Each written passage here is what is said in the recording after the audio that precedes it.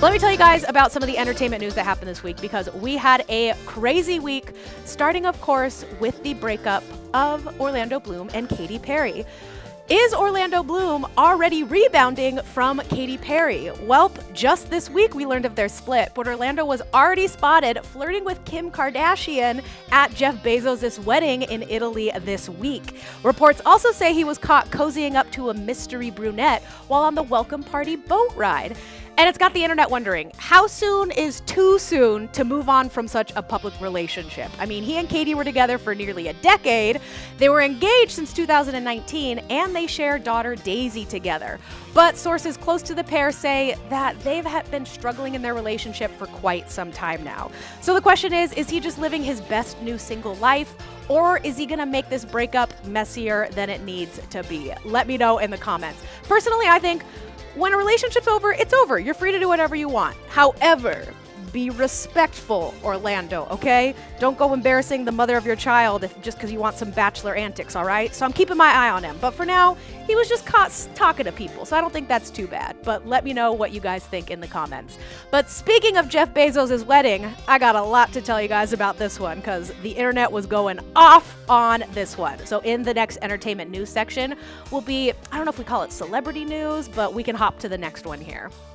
So, was Jeff Bezos' wedding peak luxury or peak tacky? So billionaire Jeff Bezos married Lauren Sánchez in Italy this week, but the internet is calling it, quote, the triumph of tacky, and that, wow, money really doesn't buy taste. So these two spent over $50 million on their wedding weekend, but their invitation looked like it was made on Canva. They had a weird foam party that was circa 2009. And take a look at this. They had ugly gray carpet installed over gravel during their ceremony. That is a choice. The couple was also criticized for not having any real friends, as their 200-person guest list kind of just saw a random celebrity salad, like Usher, Sydney Sweeney, Ellie Goulding. What are you guys doing here? And Lauren's dress itself got a lot of online criticism, with Katie Couric saying, welcome to the 80s, and lots of other people saying, that is not a dress you want to wear during summertime in Italy. So let me know what you guys think. Is this tacky luxury? Or are we just being poor haters? In my opinion, I think she looks beautiful. I think she looks great. But the gray carpet, it's giving, I don't know, LinkedIn networking event vibes to me. And you guys have to look up the invitation. It is heinous. And for those reasons alone, I'm saying it's unforgivable. Again, give me all of that money. Make me a billionaire. I will spend my money more wisely than an ugly gray carpet at my wedding. But let me know what you guys think. Into our next entertainment news item of this week, catching you guys up in case you haven't heard. Are we losing a legend, or are we finally getting rid of the devil that wears Prada? Yes, after nearly 40 years at the helm, Anna Wintour is stepping down as editor-in-chief of Vogue US. For some, it's a long overdue shift, where critics are saying that Vogue is in desperate need of a refresh, a younger demographic, and a new perspective in a changing fashion world. But others are saying it's the end of an era, because Wintour not only helped shape Vogue magazine itself, but also the fashion media industry as a whole. So my question to you is Vogue gonna lose its identity without her?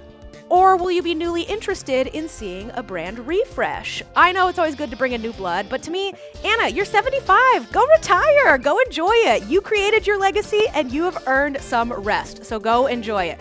But also, she's not totally walking away. So she's still keeping her global role at Condé Nast, which is a Vogue brand, and she'll still be involved as the chair of the Met Gala. So this isn't the last we've seen of Anna, but we might see some changes with Vogue. So let me know if you're excited for those or if it's an end of an era for you. And our last entertainment news item of this week that you may have missed, this one might be hotly debated. Is the internet finally getting sick of Pedro Pascal? Pedro is everywhere these days, especially because he has 2 movies coming out in the same week this upcoming July. So he's starring in A24's Western film Eddington, which comes out July 18th. Followed by headlining as Mr. Fantastic in the Fantastic Four reboot coming out July 25th. And with all of his recent TV show success, his constant magazine photo shoots, and all of these adorable interview clips that seem to go viral real quick, the internet might be facing a little bit of Pedro fatigue. So much so that his Eddington co-star Emma Stone actually jokingly said on Jimmy Kimmel this week that, quote, he's talented, he's gorgeous, I'd fuck him. Me too, Emma.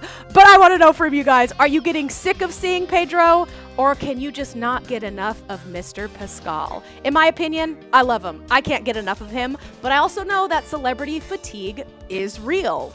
Take, for instance, Chris Pratt. He started off as a very beloved celebrity, but then he got really oversaturated in the media that he became more of a polarizing figure. I think Pedro is charismatic enough to overcome any of that. But let me know what you guys think, if you are seeing Pedro fatigue or if you want more. But that's what you missed in our entertainment news from this week.